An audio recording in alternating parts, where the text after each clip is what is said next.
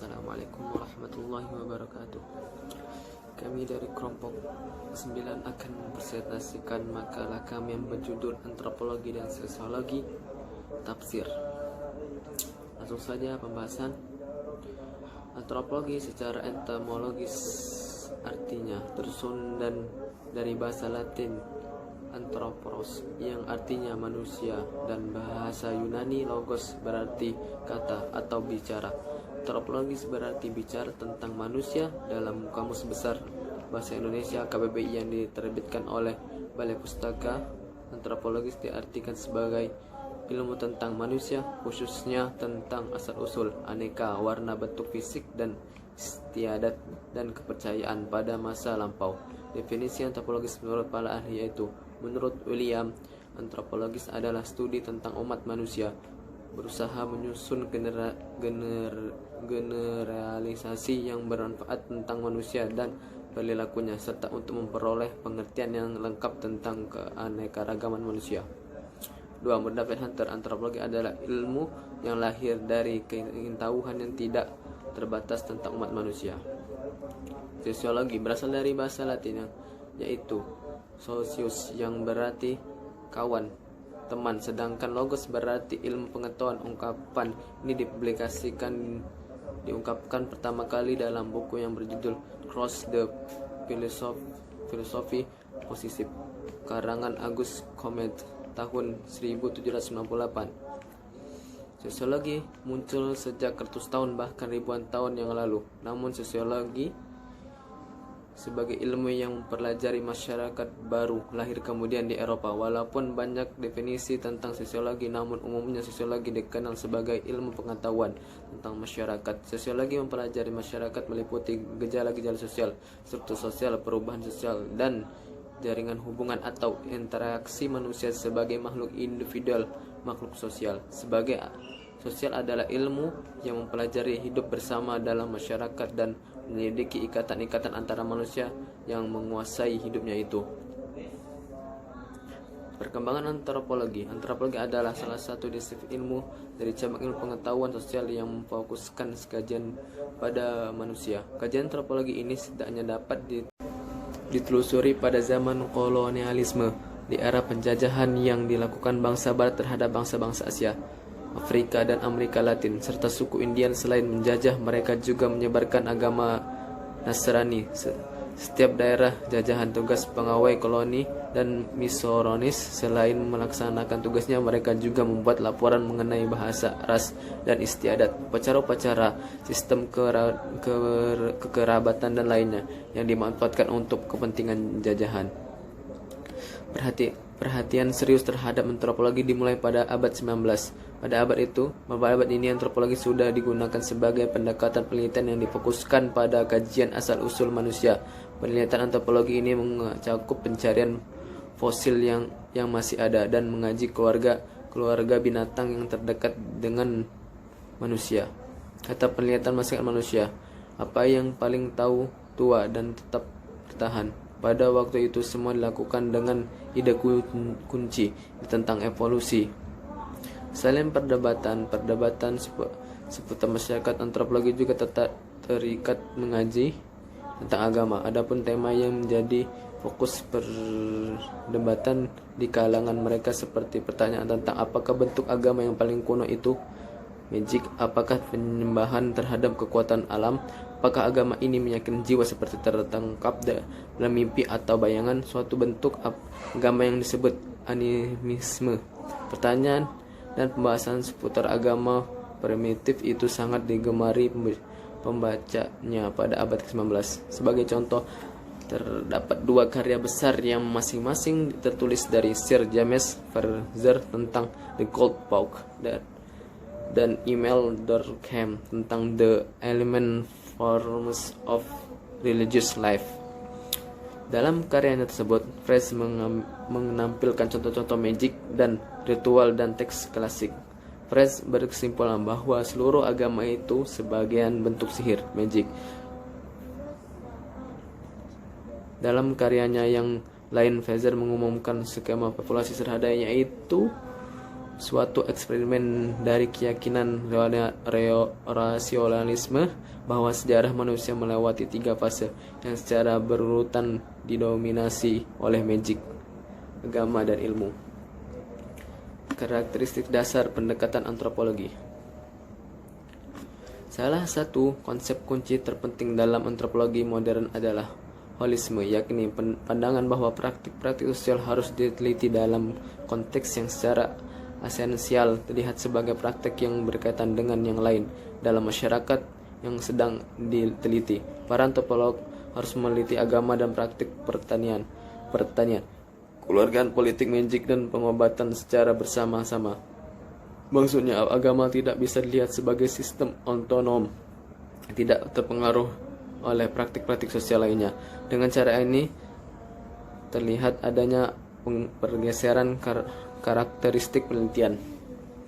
Dari karakteristik struktural ke makna ada 4 ciri fundamental cara kerja pendekatan antropologi terhadap agama yaitu sebagai berikut.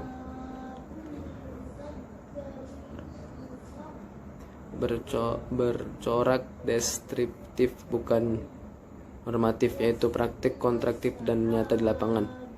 Antropologi selalu mencari keterhubungan dan karakter antara berbagai domain kehidupan secara lebih utuh. Komparatif.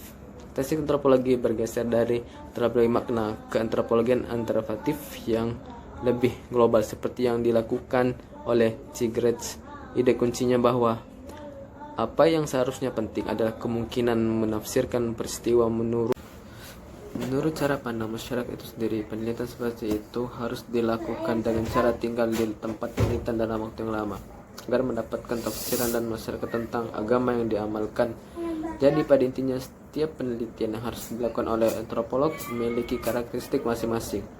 Dan bagi siapa saja yang ingin melakukan penelitian dengan pendekatan antropologi, bisa memilih contoh yang telah ada atau menggunakan pendekatan baru yang diinginkan. Pendekatan sosiologi. Semenjak kelahirannya, sosiologi corner dengan studi agama, meskipun perhatiannya terkadang menguat dan melemah. Karya-karya founding father sosiologi termasuk Comte, Durkheim, Marx, dan Weber sering mengacu pada wacana-wacana sosiologis atau studi perilaku dan sistem keyakinan keagamaan. Namun demikian, pada pertengahan abad 20, para sosiolog di Eropa atau Amerika Utara melihat bahwa agama memiliki signifikasi marginal dalam dunia sosial, dan sosiologi agama bergerak dalam garis tepi studi sosiologis. Seiring datangnya postmodernitas dan bangkitnya agama dalam beragam konteks global, agama kembali memperoleh signifikasi sosiologis baik dalam masyarakat yang sedang berkembang maupun di Eropa dan di Amerika Utara. Konsekuensinya, studi sosiologi terhadap agama mulai keluar dari garis tepi disiplinnya dan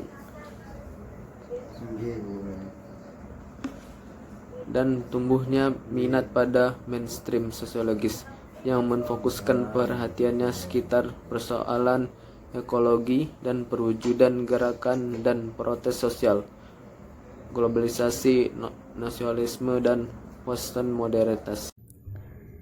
D. Karakteristik dasar pendekatan antropologi. Salah satu konsep kunci terpenting dalam antropologi modern adalah holisme, yakni pandangan bahwa praktik-praktik sosial harus diteliti dalam konteks dan secara esensial dilihat sebagai praktik yang berkaitan dengan yang lain dalam masyarakat yang sedang teliti.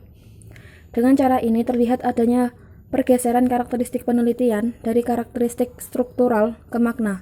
Ada 4 ciri fundamental cara kerja pendekatan antropologi terhadap agama, yaitu sebagai berikut. Yang pertama, bercorak deskriptif, bukannya normatif. Yang kedua, lokal praktis, yaitu praktik konkret dan nyata di lapangan. Yang ketiga, antropologi selalu mencari keterhubungan dan keterkaitan antara berbagai dominan kehidupan secara lebih utuh. Yang keempat, komparatif. Karakteristik antropologi bergeser lagi dari antropologi makna ke antropologi interpretatif yang lebih global, seperti yang dilakukan oleh Sigrid ID. Kuncinya bahwa apa yang sesungguhnya penting adalah kemungkinan menafsirkan peristiwa dengan cara tinggal di tempat peneliti dalam waktu yang lama. Pendekatan sosiologi. Semenjak kelahirannya, sosiologi concern dengan studi agama, meskipun perhatiannya terkadang menguat dan melemah.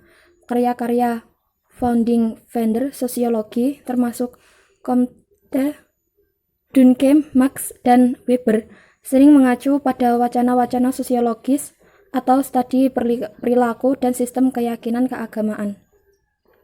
Sering dengan datangnya postmodernitas dan bangkitnya agama dalam beragam konteks global, agama lebih memperoleh signifikansi sosiologi baik dalam masyarakat yang sedang berkembang maupun di Eropa dan Amerika Utara.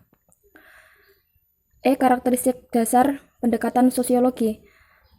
Teorisasi sosiologi tentang karakteristik agama serta kedudukan dan signifikansinya dalam dunia sosial mendorong untuk ditetapkannya serangkaian kategori sosiologis, meliputi yang pertama, stratifikasi sosial seperti kelas dan etnisitas. Yang kedua, kategori biososial seperti seks, gender, perkawinan, keluarga, masa kanak-kanak, dan usia. Yang ketiga, pola organisasi sosial meliputi politik, produksi ekonomis, sistem pertukaran, dan birokrasi.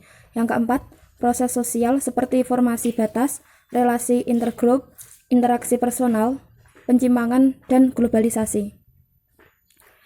Relasi sosial meliputi politik, produksi ekonomis, sistem pertukaran, dan birokrasi. Yang keempat, proses sosial seperti formasi batas, relasi intergrup, interaksi personal, penyimpangan, dan globalisasi. Objek kajian dalam pendekatan sosiologi. Menurut Otto Muser, pendekatan sosiologi agama dapat mengambil beberapa tema atau objek penelitian. Yang pertama, studi tentang pengaruh agama terhadap perubahan masyarakat. Yang kedua, studi tentang pengaruh struktur dan perubahan masyarakat terhadap pemahaman ajaran atau konsep agama. Yang ketiga, studi tentang tingkatan pengalaman beragama masyarakat. Yang keempat, studi pola interaksi sosial masyarakat muslim.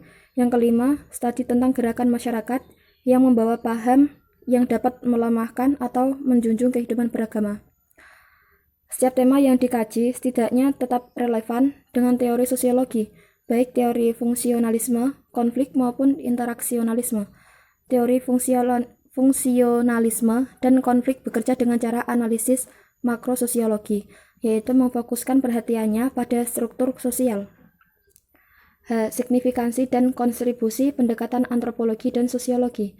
Pendekatan antropologi dalam memahami agama dapat diartikan sebagai salah satu upaya memahami agama dengan cara melihat wujud praktik keagamaan yang tumbuh dan berkembang dalam masyarakat. Dengan kata lain, bahwa cara-cara yang digunakan dalam disiplin ilmu antropologi dapat melihat suatu masalah digunakan pula untuk memahami agama. Selanjutnya, melalui pendekatan antropologi dapat melihat agama, yaitu hubungannya dengan mekanisme perorganisasi. Juga tidak kalah menarik untuk diketahui oleh para peneliti sosial agama, khususnya di Indonesia. Karya Clifford Geertz, The Religion of Java, dapat dijadikan contoh yang baik dalam bidang ini. Melalui pendekatan antropologis, sebagaimana tersebut di atas, terlihat dengan jelas hubungan agama dengan berbagai masalah kehidupan manusia, dan dengan itu pula agama terlihat akrab dan fungsional dengan berbagai fenomena kehidupan manusia. Kesimpulan, pendekatan antropologis dapat memahami agama dapat diartikan sebagai salah satu upaya memahami agama dengan cara melihat wujud praktik keagamaan yang tumbuh dan berkembang dalam masyarakat. Antropologi adalah salah satu disiplin ilmu dari cabang ilmu pengetahuan sosial yang memfokuskan kajiannya pada manusia. Pendekatan sosiologis digunakan sebagai salah satu pendekatan dalam memahami agama. Hal demikian dapat dimengerti karena banyak bidang kajian agama, berbagai masalah kehidupan manusia, dan dengan itu pula agama terlihat akrab dan fungsional dengan berbagai fenomena kehidupan manusia. Kesimpulan, pendekatan antropologis dapat memahami agama dapat diartikan sebagai salah satu upaya memahami agama dengan cara melihat wujud praktik keagamaan yang tumbuh dan berkembang dalam masyarakat. Antropologi adalah salah satu disiplin ilmu dari cabang ilmu pengetahuan sosial yang memfokuskan kajiannya pada manusia. Pendekatan sosiologis digunakan sebagai salah satu pendekatan dalam memahami agama. Hal demikian dapat dimengerti karena banyak bidang kajian agama baru dapat dipahami secara proporsional dan tepat apabila menggunakan jasa bantuan dan dari ilmu sosiologi. Sosiologi adalah ilmu yang mempelajari hidup bersama dalam masyarakat dan menyelidiki ikatan-ikatan antara manusia yang menguasai hidupnya itu. Sosiologi mengerti sifat dan maksud hidup bersama, cara terbentuk dan tumbuh serta berubahnya perserikatan-perserikatan hidup itu serta pula kepercayaan, keyakinan yang memberi sifat tersendiri kepada cara hidup bersama itu dalam tiap persekutuan hidup manusia. Demikian presentasi dari kami. Kurang lebihnya mohon maaf. Akhirul kalam. Assalamualaikum warahmatullahi wabarakatuh.